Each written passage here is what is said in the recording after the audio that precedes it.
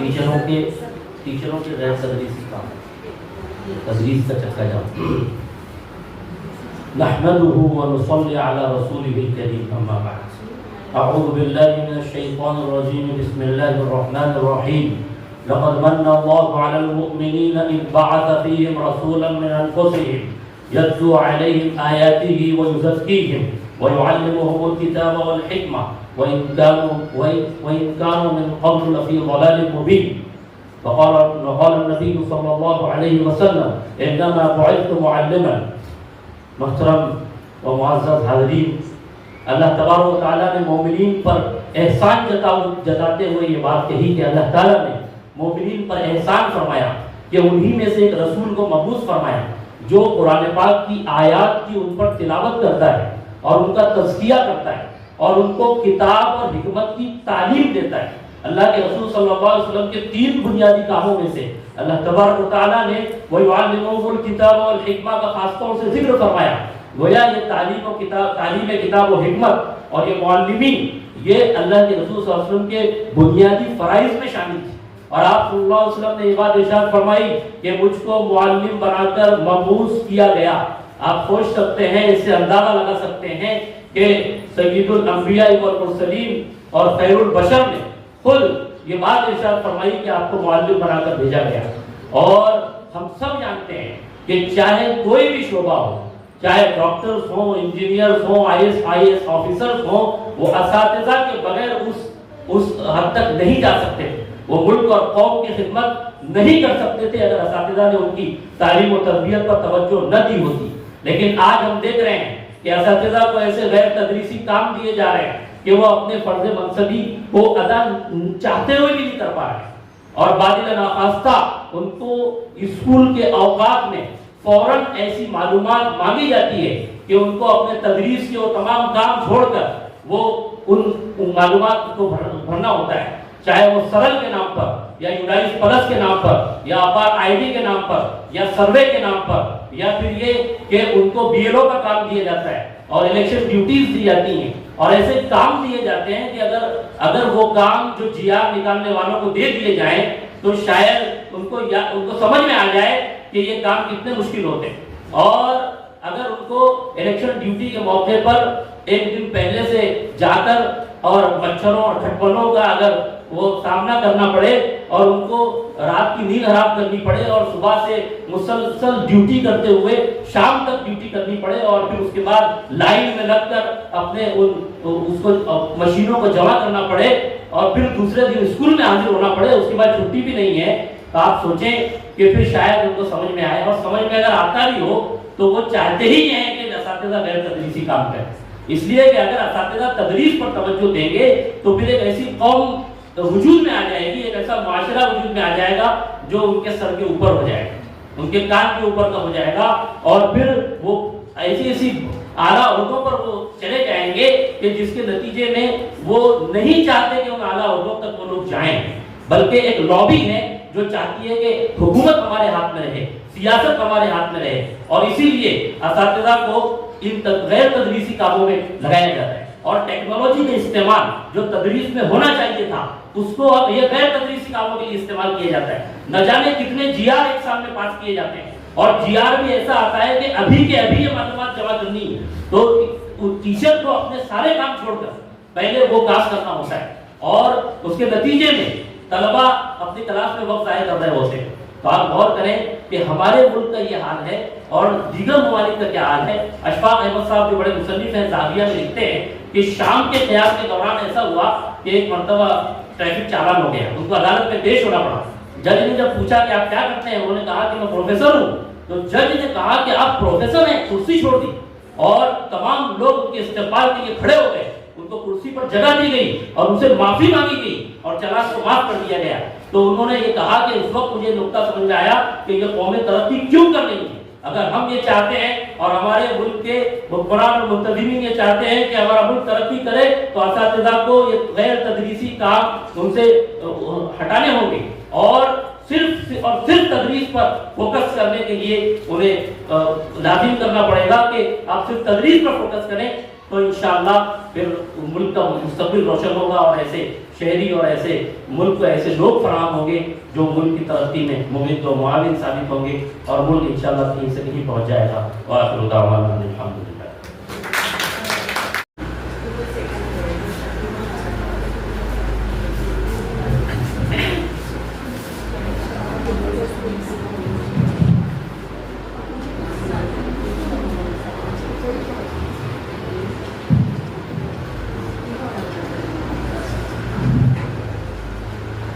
آج کی اس خوبصورت محفل کے اساتذہ کرام،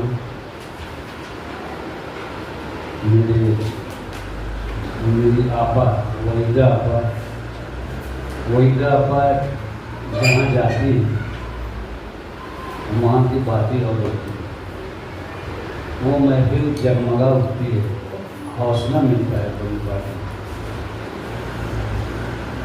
یہ پروگرام بڑا تھکا دینے والا ہوتا ہے، لیکن آج کچھ میں زیادہ تھکن محسوس نہیں کر رہا ہوں۔ ایک تو اس کا اعتراف مجھے بہت اچھا لگا، یہ جو ماحول ہے اور یہ جو عمارت ہے اور یہ جو لوگ ہیں یہاں، اس کے کرتا دھرتا ایک امنگ، ایک حوصلہ، ایک محبت آمیز سلوک جس نے جان ڈالی۔ اور میں اردو کے تعلق سے تو کبھی مایوس نہیں رہا، ہونا بھی نہیں چاہیے۔ ہماری زبان پھل پھول رہی ہے، اردو بولنے والے اس کے لیے کام نہ کریں کوئی بات نہیں، دوسرے کر رہے ہیں۔ آپ نے ریختہ فاؤنڈیشن کا نام سنا ہوگا دلی میں، اس کے جو روح رواں ہے کا نام ہے راجو سنجو سراف۔ کتنا اچھا کام کر رہے ہو، ہم اردو والے سوچ بھی نہیں سکتے۔ ہزاروں کتابیں، اب تو ایسا ہو گیا ہے کہ لائبریریاں بند ہو رہی ہیں، اب جب ہم کو کوئی کتاب ڈھونڈنی ہوتی ہے تو ہم کہاں جاتے ہیں؟ ریختہ، اور اس سے ملاقات ہو جاتی ہے۔ تو یہی لوگ کہتے ہیں کہ پاسباں مل گئے کعبے کو صنم خانے سے، تو یہ ہر دور میں ہوا ہے۔ رام بابو سکسینہ جی ابھی کل ایک پروگرام میں تھے ہم لوگ، وہ ایک وکیل آئے تھے، سینئر وکیل، نان مسلم ہے، غیر مسلم ہے، لیکن اردو کے بڑے مداح ہیں۔ اردو میں اپنے انہوں نے یادداشت لکھی ہے۔ تو اس طرح اچھا، پھر وہ بہت نیک جذبات رکھتے ہیں اردو والے۔ تو پہلی بات تو یہ کہ ہم کو اب بہت دلچسپی کے ساتھ، اور دیکھیے یہ وطن اتنا ہی ہم کو لگے کہ ہمارا مخالف ہے، نہیں، آج جو آگے بڑھنے والے ہوتے ہیں ان کے لیے کوئی روک ٹوک نہیں ہے، کوئی روک نہیں سکتا آپ کو آگے بڑھنے سے۔ آج کا جو تقریری مقابلہ ہوا وہ جیسا میں توقع سے اچھا ہوا، میں اتنا اچھا نہیں سمجھ رہا تھا کہ ہوگا۔ تلفظات پر دھیان دینے کی ضرورت ہے۔ اشعار جب آپ پڑھیں، دیکھیے اشعار میں بڑا دم ہوتا ہے، آپ ٹوٹے پھوٹے شعروں کو بھی اچھے ڈھنگ سے پڑھیں تو اس میں جان پیدا ہو جائے۔ اصل میں شاعر جو ہوتا ہے مضمون نگار کو لکھا پڑھا ہونا چاہیے، شاعر کو لکھنے پڑھنے کی چندہ ضرورت نہیں ہوتی ہے۔ یہ تاریخی حقائق۔ انگریزی کا بہت بڑا شاعر ہومر کے بارے میں کہتے ہیں وہ نابینا تھا، بصارت سے محروم تھا، اپنے ایریا لکھی وہ بھی تھی۔ تو ہم یہ نہیں کہیں گے میں نے ایک مضمون، آئیے میرا مضمون پڑھو یا سنو، میں نے ایک مضمون پڑھا ہے یا میں نے ایک مضمون کہا ہے یا لکھا ہے، کیا کہا جائے گا؟ میں نے ایک مضمون لکھا ہے، میں نے ایک شعر لکھا ہے، نہیں کہیں گے میں نے ایک شعر کہا ہے۔ تو دیکھیے کہا اس لیے کہتے ہیں کہ شعر کوئی بھی کہہ سکتا ہے، سنت کبیر بھی کہہ سکتے ہیں، پڑھے لکھے وہ بھی نہیں۔ تو پڑھا لکھا ہونا تو بہت اچھی بات ہے، اس میں نکھار آتا ہے۔ مضمون جب آپ لکھیں گی یا لکھیں گے تو مطالعہ بہت ضروری ہوتا ہے، اس میں بغیر پڑھے، کیونکہ ہمارے اساتذہ نے پڑھنا چھوڑ دیا ہے۔ میں بھی پہلے کے مقابلے میں کم پڑھتا ہوں، لیکن بہرحال پڑھتا ہوں۔ اور میری ایک عادت اور بھی 2-4-5 جملے میں روز لکھتا ہوں، چاہے کمپیوٹر پہ ہی سے، اور اس کے بعد سوتا ہوں۔ سونے سے پہلے جو کتابیں پڑھتے تھے، اور کبھی کبھی تو ایسا ہوتا تھا کہ سو جاتے تھے اور کتابیں ان کے آس پاس نظر آتی تھی۔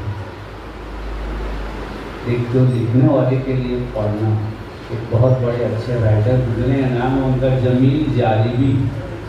وہ کہتے ہیں کہ جس طرح زندہ رہنے کے لیے سانس ضروری ہے، اسی لیے لکھنے والے کے لیے پڑھنا بھی۔ کیا پڑھا آپ نے، اس کی بہت اہمیت ہے۔ ایک بار مجھے فون کسی کا آیا، تو پوچھا انہوں نے کیا پڑھا، میں نے کہا اخبار پڑھا۔ میں نے کہا لاہور غلط ہوا۔ ارے بھائی اخبار تو 1 گھنٹے کے پڑھنے کی چیز ہوتی ہے، کیا کون سی نئی کتاب آپ پڑھ رہے ہیں یہ بتائیے۔ تو کچھ نہ کچھ پڑھتے رہو، بہت سا پڑھو، تھوڑا سا لکھو۔ کسی کا ایک بہت اچھا جملہ ہے، میں اکثر کہتا ہوں کہ کام وہ کیجیے جو لکھے جانے کے قابل ہو، اور ایسا لکھیے جو پڑھے جانے کے قابل۔ اسی کے ساتھ آپ سے اجازت چاہتا ہوں۔ بہت شکریہ، بہت خوشی ہے مجھے یہاں۔ اصل میں منتظمین اتنے فعال ہیں کہ ان کو دیکھ کر ہم جیسے مردہ لوگ بھی فعال ہو گئے ہیں، جو خوشی کی بات ہے۔ میں منتظمین کا شکریہ ادا کرتا ہوں۔ کچھ تقریریں بہت اچھی سننے کو ملی ہیں۔ پہلے سے میں کوئی پیشگوئی تو نہیں کرنا چاہتا، لیکن انہیں مبارکباد پیش کرنا چاہتا، اور آخر میں یہی درخواست ہے کہ پڑھتے رہو، بڑھتے رہو۔ اللہ حافظ۔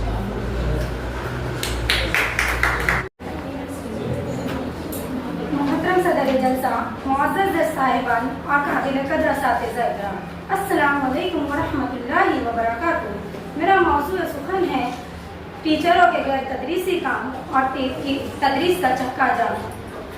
حاضرین محفل، آج کے بچے جنہیں نشو و نما پا کر کل ایک قوم بننا ہے، آج کی نسلیں جنہیں نظام کائنات میں بڑھ چڑھ کر حصہ لینا ہے، آج کے نوشگفتہ پھول جنہیں کل جوان ہو کر باغ عالم پر چھا جانا ہے، آج کے وہ ہونہار فرزند جنہیں نظام لہر کو زیر و زبر کرنا ہے۔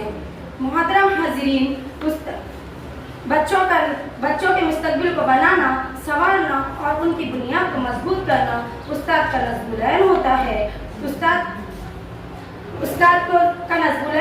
استاد چاہے تو قوم کو غار ضلالت میں پھینک دے یا پھر عرش مولا کی بلندیوں پر پہنچا دے۔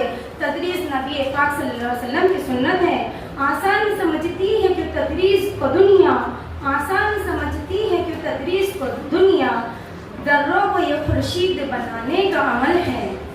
محترم حاضرین، ہماری حکومت کا ترہ امتیاز ہے کہ ایک چائے فروش شخص دنیا کے ملک کے سب سے اعلیٰ مقام پر قابض معاف کیجیے فائز ہے، اور ایک بارہویں پاس شخصیت کو دنیا کا اہم ترین قلمدان سونپ دیا گیا ہے۔ یہ خود کو تو شکشن سمراٹ سمجھتے ہیں اور استاد کی حیثیت محض شکشن سیوک کی ہو کر رہ گئی ہے۔ ہمارے ملک کے وزیر اعظم نے پی ایم نے ایک دن خواب دیکھا کہ ہمیں ہمارے پورے ملک کو شائن کرنا ہے اور ڈیجیٹل بنانا ہے۔ اس لیے اسکول سے جڑے تمام معاملات کو بھی انہوں نے ڈیجیٹل بنانے کا خواب دیکھا، اور یہ سلسلہ عمل میں آیا، اور اس کے لیے استاد کو جو ہے بلی کا بکرا بنایا گیا۔ اب سوال یہ پیدا ہوتا ہے کہ اساتذہ بچوں کو تعلیم دے یا پھر انڈیا کو ڈیجیٹل کرنے میں جٹ جائے۔ حاضرین ذرا سوچئے، اگر استاد سب کام کو ڈیجیٹل کرنے میں جٹ جائیں گے تو بچوں کی تعلیم کا کیا ہوگا؟ بچوں کی تعلیم کا نقصان ہوگا۔ اسی طرح ایک جی آر کے تحت اسکول کے اساتذہ کو ایک کام دیا گیا، جسے مردم شماری، درخت شماری اور پولیو ڈوز، الیکشن ڈیوٹی وغیرہ کا کام دیا گیا۔ ہر سختی حالات میں تدریس کے پہلو، ہر سختی حالات میں تذلیل کے پہلو